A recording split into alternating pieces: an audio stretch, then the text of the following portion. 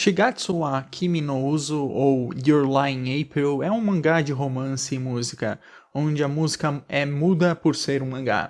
Claro que esse não é o único mangá de música, e eu discutiria que o romance é muito mais importante em Shigatsu. Kousei Arima, após perder a sua mãe, fica 2 anos sem conseguir tocar piano. Isso é porque ele não consegue ouvir o som que o seu próprio piano produz. Um dia ele é apresentado a Kaori Miyazono, que é uma violinista, que por sua vez vê música como uma forma de liberdade própria e toca com o objetivo de sempre fazer uma apresentação inesquecível para o seu público, o que resulta no Kousei eventualmente voltando a tocar piano e claramente se apaixonando pela Kaori. Shigatsu é um daqueles mangás e animes por extensão que tem um nível de respeito irreal. Desmerecê-lo é quase como desmerecer Hunter x Hunter ou Fullmetal Alchemist. Na verdade, ele me lembra Fullmetal Alchemist em muitos outros aspectos também. Eu normalmente prefiro assistir animes do que ler mangás por preguiça. É simplesmente mais conveniente, já que normalmente eu assisto antes de dormir. Mas por meados de 2014 e 2015 eu lia mais mangás. Ironicamente pelo mesmo motivo, pois em teoria mangá consome menos tempo do que anime. Shigatsu foi um dos que eu tinha acompanhado na época e nunca terminei, devido a eu ter ficado adiando e eventualmente me esquecer que estava acompanhando ele, e também alguns problemas pessoais, pois havia a impressão de que isso era um dos negócios mais perfeitos já feitos, então eu cinicamente li com muito mais implicância. E em retrospectiva, acho que minhas implicâncias eram de fato problemas da obra. Contudo, diversos outros pontos positivos pude perceber dessa vez, já que após 6 ou 7 anos eu finalmente reli e completei ele. Os personagens são um grande ponto forte. Kousei é o principal, no sentido puro da palavra, pois tudo roda ao redor dele, isso somado com todos os personagens minimamente relevantes serem necessários para o enredo, resultando num plot bem fechado e amarrado. A mãe do Kousei havia morrido há 2 anos atrás, e ele possuía uma relação extremamente distorcida com ela, pois ela forçava a ele incessantemente treinar piano e forçá-lo a tocar perfeitamente. Como ele era um garoto muito inocente, isso chega a um ponto irreversível em que ele não consegue mais conter a sua frustração, seguido pela morte da sua mãe devido a uma doença que ela já tinha há tempos. Com isso, Kousei tem medo desse passado e considera não ouvir o seu próprio piano uma maldição que a sua própria mãe deixou após a sua morte. Apesar desse plot ser resolvido pela metade do mangá, esse é o trauma que liga o Kousei aos principais personagens do começo ao fim, e principalmente dá brecha para Kaori entrar na vida dele, já que a Kaori começa a forçar e incentivar o Kousei a tocar piano. Tem um grande porém. A Kaori já namora um amigo do Kousei, que é o Ryota Watari, e por sua vez, a melhor amiga do Kousei, que é a Tsubaki Sawabi, gosta do próprio Kousei, mesmo ela não sabendo como expressar isso, algo que fica ainda mais difícil quando ela começa a perceber que o Kousei ama a Kaori. Basicamente temos dois impasses. O Kousei não querendo se intrometer na relação da Kaori e do Ryota, e a Tsubaki não querendo interromper a admiração do Kousei pela Kaori. Ryota meio que só está lá, ele é a parte mais estática desse triângulo amoroso. Já o Kousei tem que enfrentar o trauma pela música, assim como seu amor não correspondido, enquanto a Tsubaki também tem que enfrentar amor não correspondido, dificultado pela distância que ela sente devido a não ser um músico. Pois, devido ao resultado de como o mangá é escrito, fica intuitivo assumir que narrativamente músicos têm mais vantagem sobre outras pessoas em relação de demonstrar os seus sentimentos, pelo menos nessa história. Meio que o mangá percebe essa mensagem direta que alguém pode absorver da narrativa e usa Tsubaki para demonstrar isso. Kousei, Tsubaki e Ryota são amigos de infância e tudo é mudado com a entrada da Kaori. A Kaori funciona para mover a relação estática deles, principalmente por ela desafiar a visão do Kousei sobre a música, incentivando ele a tocar de forma mais viva. Ela tende a tirar o Kousei das tendências negativas que ele tem. Ela não se importa com a avaliação que os jurados dão a ela, e sem atingir a plateia.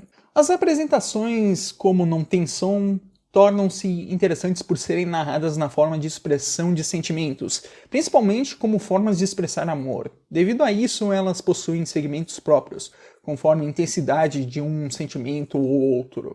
Por exemplo, a primeira apresentação do Kōsei com a Kaori começa decentemente com o Kōsei conseguindo tocar de forma robótica como a sua mãe ensinou, até ele começar a tocar mal por entrar em desespero ao lembrar do seu trauma. E finalmente volta a tocar de uma forma mais viva quando ele percebe que a Kaori acredita nele apesar de tudo. O que separa as partes em que ele tocou bem das que ele toca mal são claramente o amor que ele tem pela Kaori. Essa condução das apresentações é usada até o final do mangá, incluindo com os rivais Takeshi e Emi, que também têm suas apresentações indicadas pelo que eles sentem. Isso é melhorado com a narração própria dos personagens, assim como as observações que outros personagens principais, secundários e coadjuvantes fazem durante a performance. E claramente, cada um tem algo a adicionar, os comentários de alguém mais próximo da peça vão ser diferentes da plateia ou juiz que não tem tanta ligação emocional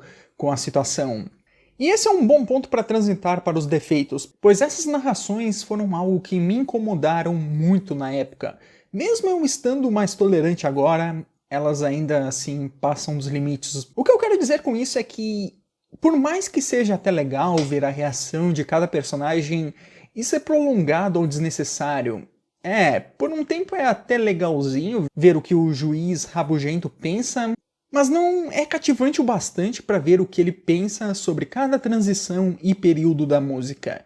Eu não preciso ver a plateia soltando comentários tóxicos contra o Kōsei em 3 páginas diferentes. Uma já é o bastante para eu captar o ponto. Algumas vezes os personagens repetem o que aprenderam, e isso acontece até mesmo com personagens secundários. Ninguém acha necessário o Takeshi falar 2 vezes seguidas praticamente a mesma coisa que ele pensa sobre o Kōsei. E então temos poemas, e cotações desnecessárias de filósofos. Esses são adolescentes de 14 anos. Sim, é uma atitude legal ver o Ryota falando algo para ajudar o Kōsei, mas eu não esperaria algo mais profundo dele do que "vai em frente, brother", muito menos uma frase vinda de Kant. Confesso que tem certas vezes que o mangá percebe o quão exagerado isso é, e então ele inverte as expectativas usando cotações de, sei lá, Snoopy e Charlie Brown, que é uma escolha autoconsciente bem legal, e felizmente essas cotações são usadas exclusivamente pela Kaori,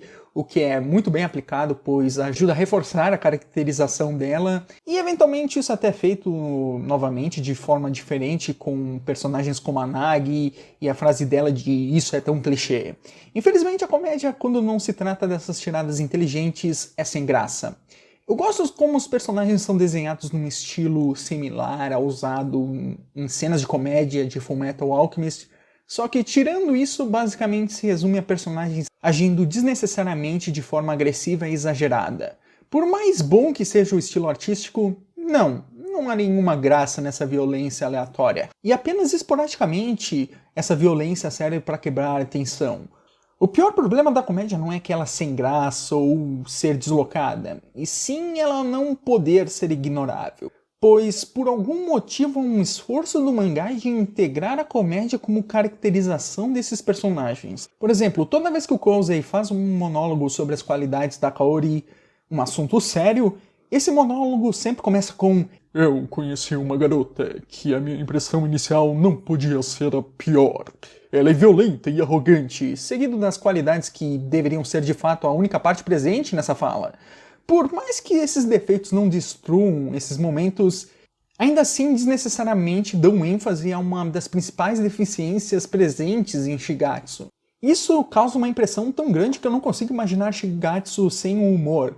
Não que esse mangá precise ser completamente sério, apesar dos temas serem sérios, não há problema em amenizá-los, só que não adianta amenizá-los com piadas idiotas de garota batendo e jogando coisas em garoto. Com certeza tem um humor melhor do que isso, e há exemplos dentro do próprio mangá de humor bom. É só quando ele se reduz a piadas preguiçosas como essas que atrapalha no resto. O mangá tem seus momentos inteligentes, ele tem momentos onde ele acredita que o leitor tem a capacidade de sozinho perceber o significado de algo. Uma das minhas cenas preferidas é uma bem simples, onde a Kaori mostra o número de colocado do Kousei e diz que é o número da sorte por causa que é o número da música Twinkle Twinkle Star.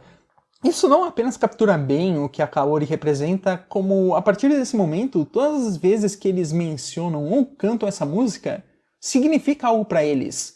E isso sem o mangá precisar mencionar toda hora o porquê disso. O mangá também não precisa dizer o momento que o Kousei volta a ouvir o seu piano, independente de ser óbvio que ele não consegue ouvir a sua música apenas quando ele toca sem coração.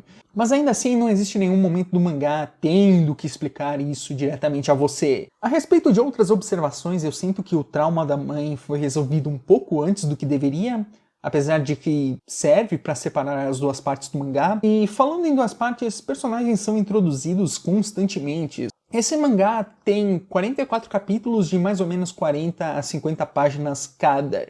Eu achava que essa introdução de personagens como a tutora do Kousei ou a irmã do Takeshi iam prejudicar a história e resultar num final rushado. Só que não acontece isso, graças a esses personagens serem necessários para fechar outros plots que tinham sido abertos anteriormente. Apesar do meu medo quanto ao pacing, devido a tempo ser gasto com opiniões desnecessárias ou o suposto rápido desenvolvimento do trauma da mãe, assim como a introdução tardia de personagens, apesar de tudo isso, a história dura basicamente o que precisa durar, com no máximo 1 ou 2 páginas de 40 sendo redundantes a cada capítulo. Bom, agora vamos para a parte onde todos esperávamos, a seção de spoilers. Então pule o vídeo para o tempo que eu coloquei na tela, mas antes disso eu quero contar uma história engraçada que aconteceu comigo uma vez. Uma vez eu tive uma conversa com meus amigos, eu disse que eu tinha parado na metade do mangá de Shigatsu, e um deles falou uma coisa do tipo, você nem poderia imaginar o final. E eu não me lembro se foi intuitivamente ou foi uma memória retraída, mas eu imediatamente adivinhei o final da história. E aí eles me perguntaram como eu sabia disso, e eu respondi, é óbvio, a história deixa isso na cara. E com isso, eu matei a conversa. Enfim, você não precisa ser um gênio para notar o tipo de história que está sendo contada em Shigatsu. Um garoto depressivo que tem sua vida reacendida por sua amante. Basicamente só existe um final para uma história como essa. Quero dizer, a vida do cara foi consertada por uma única pessoa. O karma vai atingir ele. Então é apropriado dizer que sim, é óbvio que a Kaori vai morrer. Por volta do capítulo 10, a Kaori já misteriosamente fala que vai se lembrar de suas memórias com Kousei até a morte dela, o que mata qualquer suspeita de alguém minimamente cético. E quando chega na metade do mangá, bem, a história não é nem um pouco sutil que a Kaori tem uma doença séria. Não é problema ser fácil adivinhar o final, como disse anteriormente, é praticamente a única maneira de finalizar Shigatsu. E o mangá faz um bom trabalho de não tratar isso como se fosse o maior plot twist de todos os tempos, porque não é. Então o que ele faz é tornar a história agradável mesmo você sabendo do final. E é bem feito para que a morte da Kaori seja efetiva e impactante. A introdução dos pais dela, o período que ela fica no hospital e o esforço dela para sair de lá, nem que seja apenas um dia, apesar de piegas, funcionam para mostrar que ela é uma pessoa boa e que a morte dela é uma perda não apenas para o Kousei, mas para outras pessoas também. O mangá até deixa para o último capítulo a confissão da Kaori. Há um senso de, será que ela nem notou o Kousei e o amor dele? E eu não ficaria totalmente indignado se o amor dele não fosse percebido. Só que prefiro a versão que escolheram, até porque tem muitos pontos abertos no plot até o último capítulo. Como, por exemplo, nós não sabemos exatamente por que a Kaori sempre incentivou o Kousei, por que ela fica chamando a atenção dele, e até mesmo não sabemos por que ela pede ajuda a ele antes do seu suposto namorado. Fica subentendido até então que é apenas porque ambos são músicos, então ela quer apoiar um colega, só que ainda assim esse nível de bondade é um pouco suspeito. E no fim das contas, eram aberturas planejadas pelo plot, não um exagero de caracterização da Kaori. E confesso que a fala da Kaori de "eu contei uma mentira" no capítulo final me deu arrepios. Então, por mais previsível que seja, a morte dela acaba funcionando muito bem e é bem triste. Eu realmente gosto do final e acho que encaixa perfeitamente o começo ao fim. E isso é uma qualidade muito satisfatória de se ver. Por mais que seja um final triste, ele retorna à ideia de que as boas ações de alguém voltam a ela, e que as pessoas que foram inspiradas pelo Closey foram as mesmas pessoas que, anos depois, tiraram ele do fundo do poço.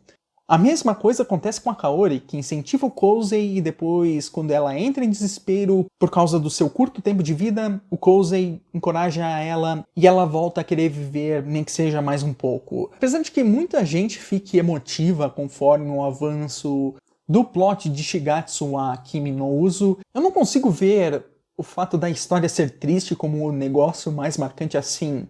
Pois o que mais me marcou foi quão bom ligado a maioria das coisas são aqui. Eu ainda concordo com absolutamente tudo que o meu eu de 7 anos atrás achou de Shigatsu, só que ler ele de novo me ajudou a perceber muitas qualidades que eu não tinha percebido na outra vez. É um saco humor? É. É exagerado às vezes? É. Só que seria enganador dizer que, num escopo geral, isso é destrutivo. São defeitos aceitáveis. E provavelmente tem muito mais coisa aqui para aproveitar do que a maioria das pessoas se resumem a discutir.